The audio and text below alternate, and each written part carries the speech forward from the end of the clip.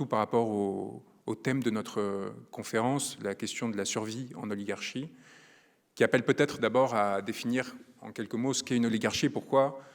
il est à mon sens évident que la France est un système oligarchique.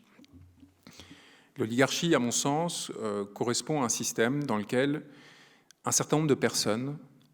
font usage des moyens dont ils disposent, de leur fortune, pour acheter des instruments de propagande, des organes de presse qui, à leur tour, vont leur permettre d'influencer le comportement hommes politiques et femmes politiques, qui, à leur tour, vont leur donner accès à des ressources d'État. Donc en fait, c'est un système circulaire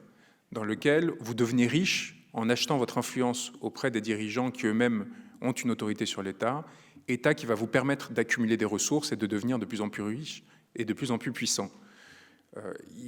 Elles sont rares en France aujourd'hui, les fortunes qui ne viennent pas directement ou indirectement de l'État.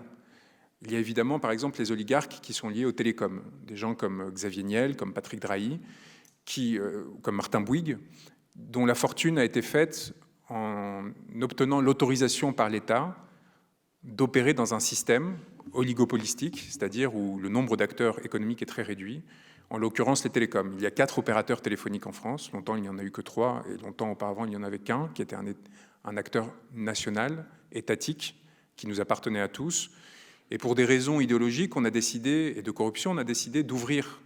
à la concurrence ce qui n'était pas un marché, ce qui était un service public, et de le transformer en bien privé.